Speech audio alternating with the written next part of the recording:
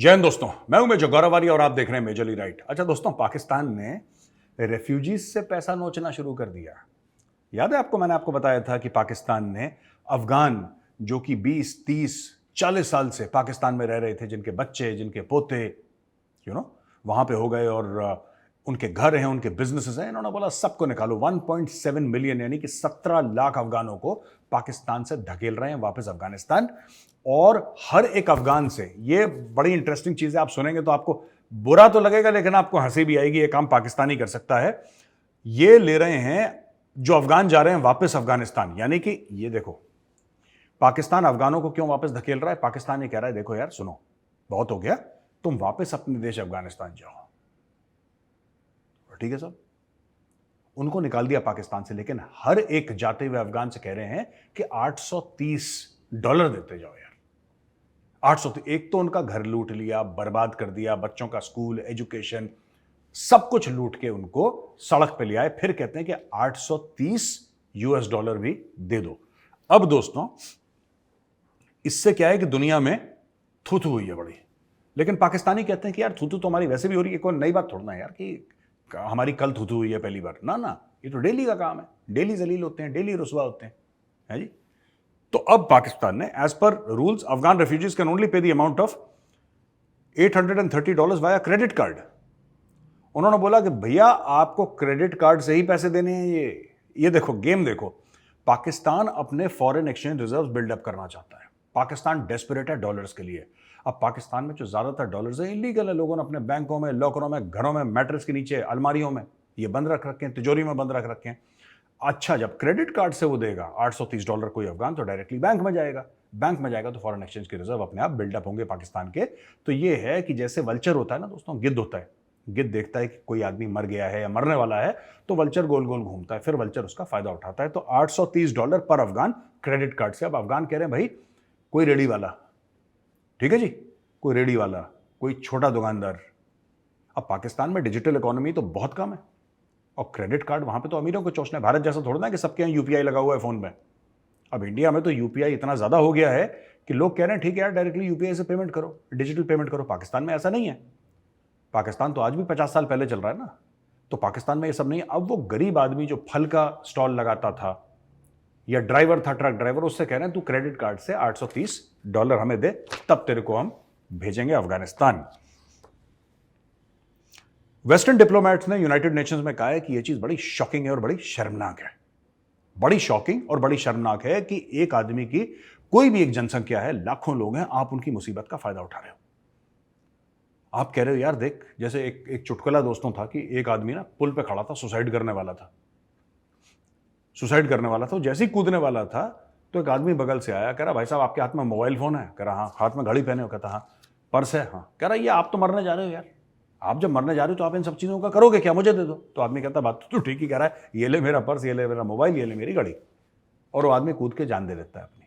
वही ये लोग कर रहे हैं अफगान रेफ्यूजीज के साथ। ये कह रहे हैं कि भाई तुम तो, तुम्हारा वैसे ही बेड़ा गर्क है, जितना भी है हमें दे दो। यानी कि उनकी आंतें तक, उनकी हड्डियों का गूदा तक निकाल दिया पाकिस्तान ने अपनी लालच में। अच्छा, सीनियर वेस्टर्न डिप्लोमेट जिसका नाम नहीं दिया गया, उसने गार्डियन से बात करी। बड़ा it's a very famous and a very credible media platform. Guardian से बोला कि मैं जानता हूं कि ये बहुत मुश्किल वक्त है पाकिस्तान के लिए इकोनॉमिकली, यानी कि वित्तीय हालत जो पाकिस्तान की है बड़ी ढीली है, लेकिन यार रेफ्यूजीज से कौन पैसा लेता है? रेफ्यूजीज को तो देना चाहिए पैसा, उनसे पैसा लेता कौन है यार? ये वेस्टर्न डिप्लोमेट जो है वो पूछ रहा है कि रेफ्यूजी से कौन पैसा लेता? मुझसे पूछता, मैं कहता पाकिस्तान लेता है। अरे कोई सवाल है पूछने वाला? ले रहा है वो पैसे, ठीक है। The issue has been raised by 2 UN agencies in the lead on this mess. तो एक UNHCR है और इंटरनेशनल ऑर्गेनाइजेशन फॉर माइग्रेशन है, ठीक है जी। ये कहते हैं कि हमने पाकिस्तान को मैसेज पास कर दिया, लेकिन पाकिस्तान रुकने का नाम नहीं ले रहा है। पाकिस्तान कह रहा है कि पैसे तो हम लेंगे, डॉलर तो हम लेंगे, अफगानों से हम डॉलर जरूर लेंगे। अब अफगान बेचारे वो डॉलर लाएं कहां से? ये कह रहा है कहीं से भी लाओ, कहीं से भी लाओ। अब जैसे आप लगा लीजिए, अगर किसी का बच्चा अस्पताल में, भगवान ना करे किसी के साथ, तो किसी का छोटा बच्चा अस्पताल में, बच्चा रो रहा है, तबीयत बहुत खराब है, गरीब माँ बाप है, डॉक्टर साहब ये कहते हैं कि साहब इलाज में 10 लाख रुपए लगेंगे ही लगेंगे। तो बाप क्या करेगा? वो 10 लाख रुपए लाएगा, वो चोरी करे, डाका डाले, खून करे, वो कुछ भी करे, अपने बच्चे को ठीक रखने के लिए वो गलत काम करे, सही काम करे, भीख मांगे, पैर पकड़े, बैंक के पास जाए, कुछ करेगा, लेकिन वो पैसे 10 लाख रुपए उसको पैदा करने हैं, उसको लाने हैं। यही पाकिस्तान ने इतना हाथ मरोड़ दिया अफगान रेफ्यूजीज का कि वो अब इसमें मजबूर हो गए कि $830 अपने क्रेडिट कार्ड से उनको दें। अब मैनेज कर रहे हैं, पता नहीं कैसे मैनेज करेंगे दोस्तों। पहले ये इनिशियल प्लान था $1000 का। पाकिस्तानियों का जो शुरू में प्लान था अफगानों से पैसे लूटने का, ये $1000 का था। फिर पता नहीं किसी ने कुछ प्रेशर डाला कि ये बहुत ज्यादा है, तो $830 उन्होंने वसूलना शुरू कर दिया दोस्तों। अच्छा, यूके एंड यूएस ने बोला है कि, यूके ने बोला है, इंग्लैंड ने ये बोला है कि हम 20,000 अफगानियों को सेटल करेंगे, और अमेरिका ने बोला है, यूएस ने बोला है कि हम 25,000 अफगानियों को सेटल करेंगे। अच्छा, कल रात में दोस्तों टीवी डिबेट पे था, रिपब्लिक टीवी पे अर्नब की डिबेट चल रही थी, और कल रात यार वही पाकिस्तानी है ना, ये खासतौर से लाहौरी झूठ बहुत बोलते हैं। पता नहीं कैसे इनको ये घर जाते हैं, अपने बच्चों को फेस करते हैं, या उनके बच्चों को भी नहीं पता होगा सच बात। ये जो अफगानिस्तान का पूरा मसला हुआ है, यहाँ पे रेफ्यूजी प्रॉब्लम कब शुरू हुई? ये पाकिस्तान में, आप एक बात बताइए, आप अपने घर में सुखी हैं, खुश हैं, आप अपना घर छोड़ के जाएंगे? कोई इंसान अपना वतन, अपना घर छोड़ के नहीं जाता। वो तब जाता है जब उसको कष्ट होता है या उसको लगता है कि बेटर अपॉर्चुनिटी मिल रही है। अफगान पाकिस्तान में बेटर इकोनॉमिक अपॉर्चुनिटी के लिए नहीं आए, वो खुश थे। अफगान अफगानिस्तान में खुश थे, वो आए क्यों पाकिस्तान? ये पाकिस्तानियों से भी मैं बताना चाह रहा हूं आपको कि आपको पता होना चाहिए कि अफगान, जो आप कहते हैं ना कि हमने उनको बैठा के खिलाया, हमने उनको 40 साल रोटी खिलाई, हमने 50 लाख अफगानों को पाला है, ये जो लफ्ज आप इस्तेमाल करते हैं ना, आपको सच्चाई नहीं पता अपने बारे में। जो आप अपने आप को कहते हैं कि बाशऊर कौम है और गैरतमंद, ऐसा कुछ भी नहीं है। ना आप बाशऊर हैं, ना आप गैरतमंद हैं, ठीक है? इसके पीछे जो कहानी है ना, 1979 पे जाना पड़ेगा। 1979 में रूस ने इन्वेड करा रशिया, आमू दरिया करा पार, और रूस की फौजें आ गई काबुल, और काबुल को कर लिया कैप्चर। अब जब काबुल को कैप्चर कर लिया दोस्तों, तो हुआ क्या, स्टोरी क्या हुई फिर? पाकिस्तान में था जनरल जियाउल हक। जनरल जियाउल हक को एक मौका दिखा।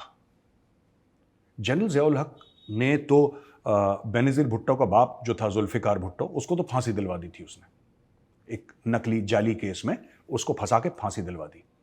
तो जियाउल हक की काफी थू-थू हो रही थी पूरी दुनिया में, जाहिर सी बात है, मिलिट्री डिक्टेटर था, थू-थू हो रही थी, और लोग उसको अच्छा नहीं मान रहे थे। अब अपना ओहदा बढ़ाने के लिए, अपना स्टैचर बढ़ाने के लिए, अपना एक पोजीशन बढ़ाने के लिए दुनिया की नजरों में, उसने अमेरिका के साथ एक डील करी। चार्ली विल्सन था एक अमेरिकन पॉलिटिशियन।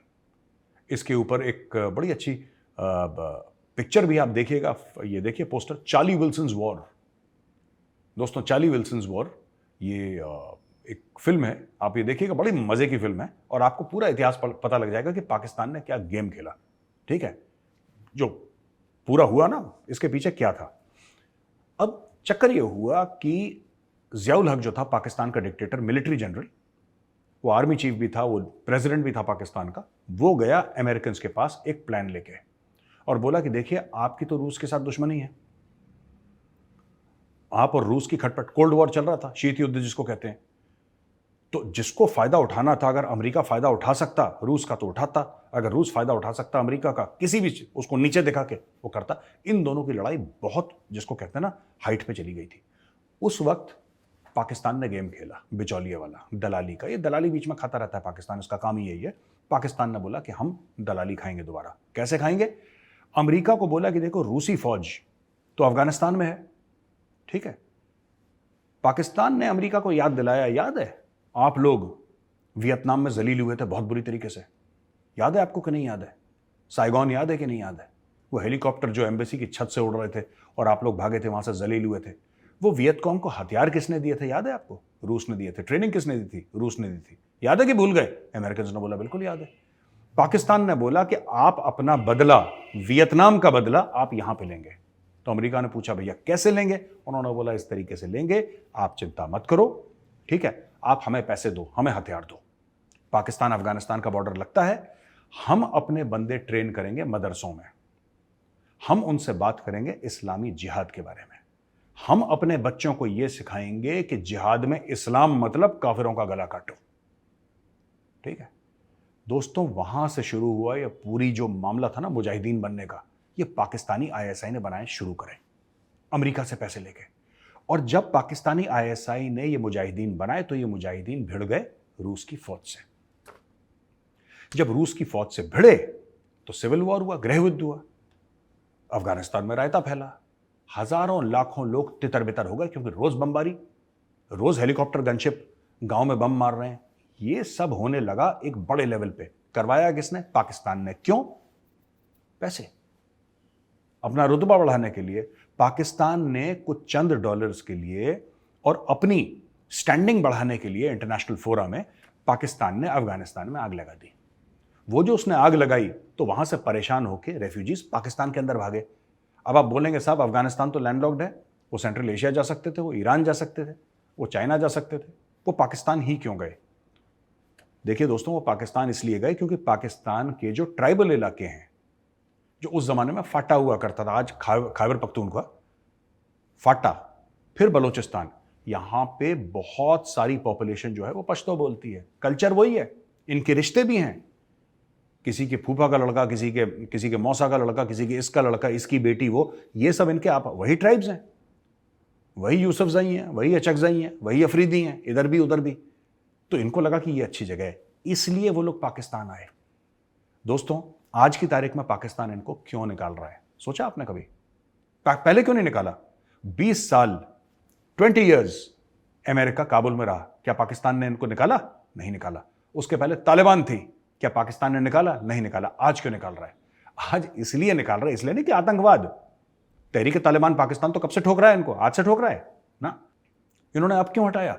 इसलिए हटाया क्योंकि भाई अमेरिका बहादुर चला गया अफगानिस्तान से हाथ झाड़ के, उसने पैसे देना बंद कर दिए।